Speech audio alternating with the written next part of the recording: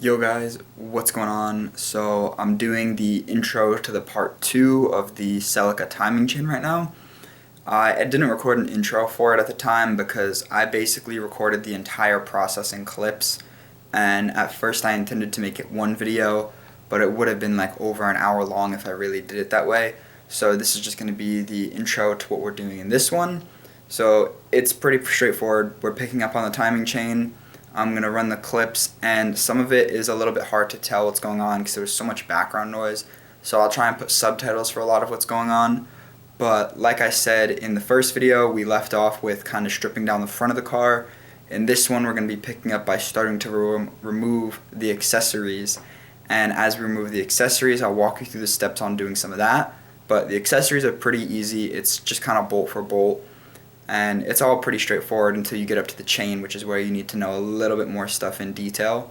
So yeah, I hope you guys enjoy part 2. If you do, then leave a thumbs up or maybe a comment. If you have any questions or anything, then feel free to drop it down below. And I'll see you guys in this next part.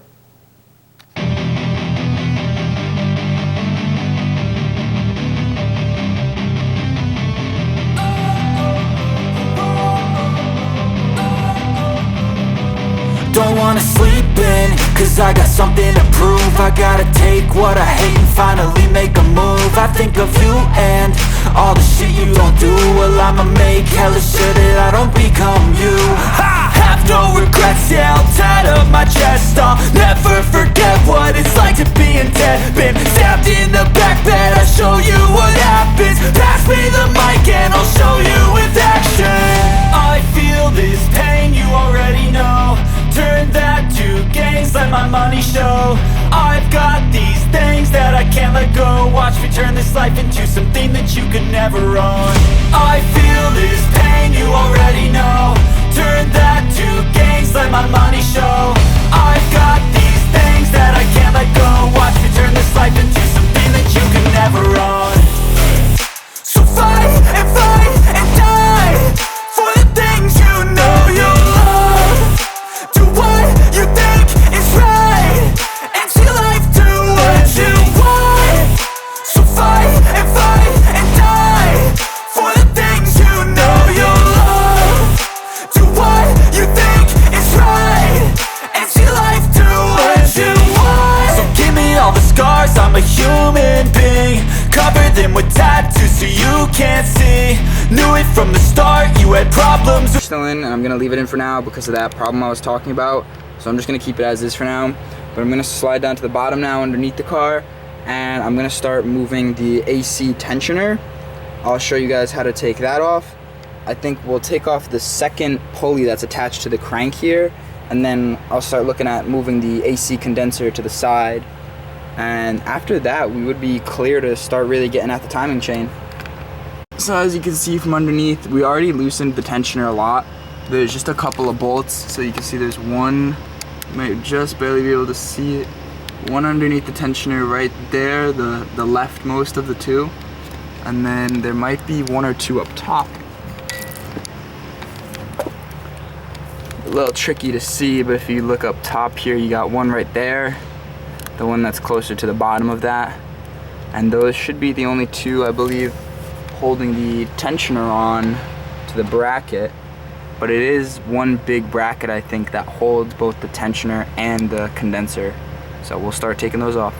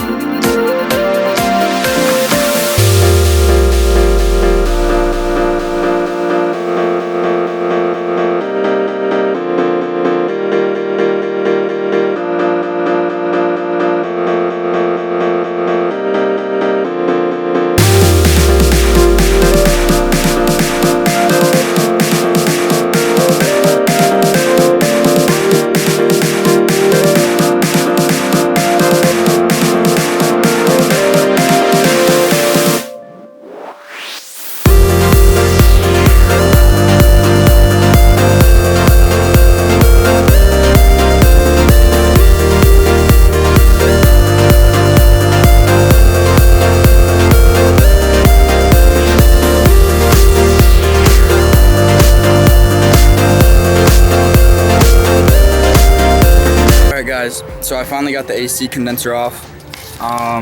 This is a huge project.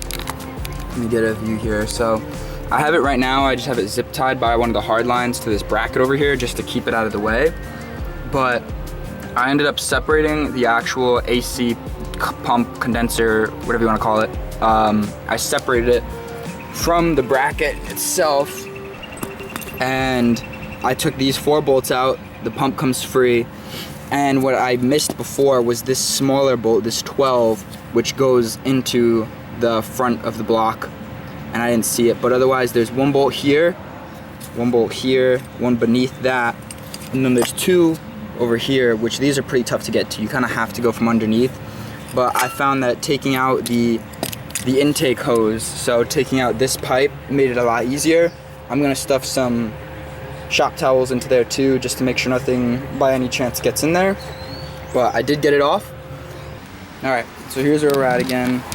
I'm taking off the water pump on front of the timing chain, try and give you guys a half decent view.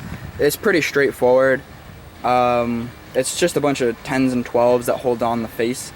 I think that you can get away with leaving it on if you wanted to, which is what I initially planned, because most of the bolts only connect to the timing chain cover. They don't actually go all the way through to the block itself. But I'm figuring I'm here, I'm just gonna take it all off. You know, it'll make it a little easier when I'm getting to the crankshaft, stuff like that. So let's get to that.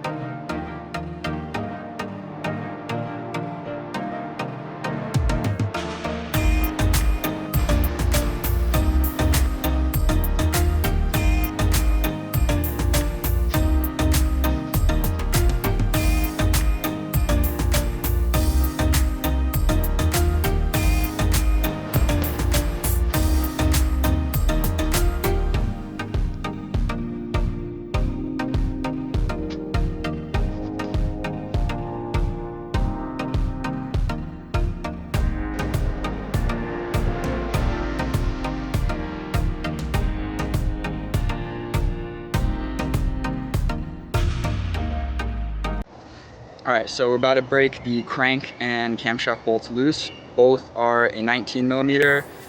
I'm going to try and use a belt, wrap it around the crank and kind of hold it taut, and then hit it with an impact just so that it moves the least amount possible. And I'm going to do that, and then the timing chain at the top sprocket, not 100% sure how we're going to make sure that doesn't move yet. For some reason my sprocket doesn't have holes in it.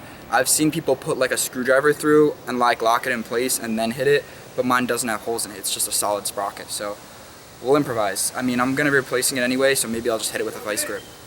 All right, so I didn't record it, but I did break the camshaft bolt loose with the impact.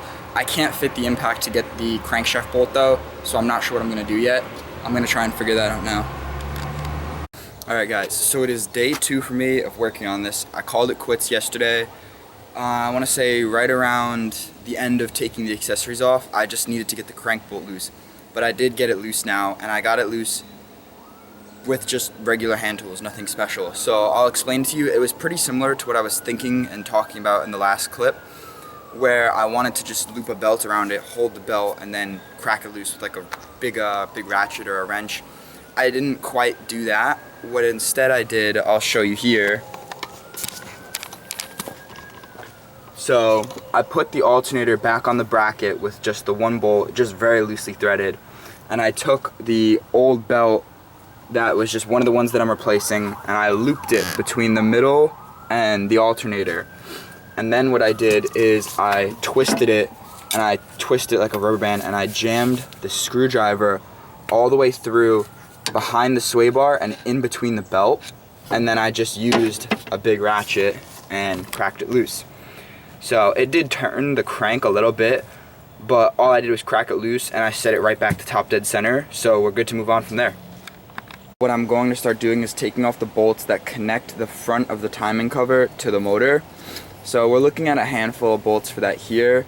For starters, you're gonna have to take off the oil drain, the oil dipstick bolt right here in order to get to these two, I believe, EGR valve bolts that are back here.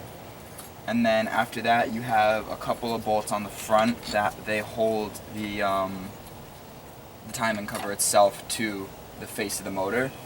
And once most of those are free, you should be able to start pulling it off. Yeah, there's nothing that, oh no, I think there's, yeah, everything else is facing the front. There's nothing else on the passenger side that's behind the timing cover. So we just have to get working on that.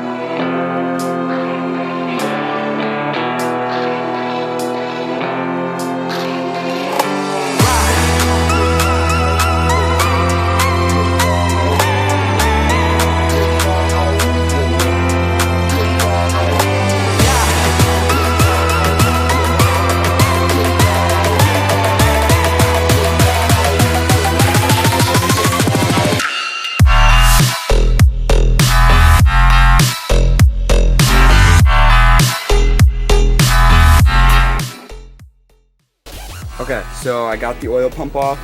I said before that it was 4 bolts, it's actually 5. There's one right underneath the timing marks that I missed.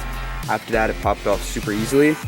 And there was a ton of sealant on my timing chain cover, but by grabbing the neck of here and pushing my forearm against the head, I managed to pry it free a little bit. So now I'm just gonna take a big flathead, kind of keep working at it a little bit. Just getting it off little by little.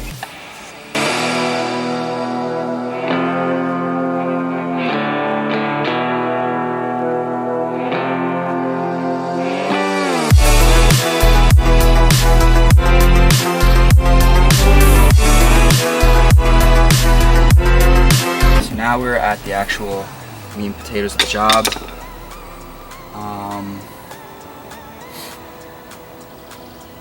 I think I'm gonna start to take the timing chain off before I worry about anything else. I can see here that it looks like my tensioner is not doing its job. It looks like it's seized, so that would explain my immense amount of slack in the chain. First, I'm gonna slide off the spline. Set that to the side. And from here it's really easy. All we have to do is just walk the chain, walk the main camshaft gear off of the chain, and then we're going to do the same for the bottom, and then we can start taking off the tensioner and the guardrails.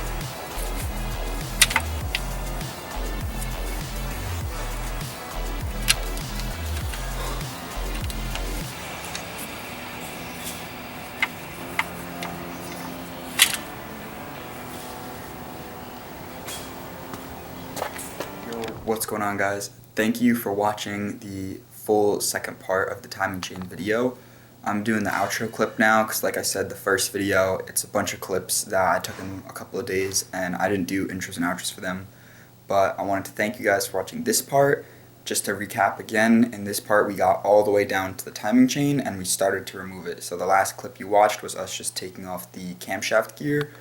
And in the next part, it's going to be going further into taking apart the chain. So the guide rails, taking off the crank attachments like the bottom sprocket, and then the tensioner as well. And all that stuff is really easy. It's going to be super straightforward. So I hope you guys stick around and watch the next part. And thank you again for watching, guys. See you in the next one.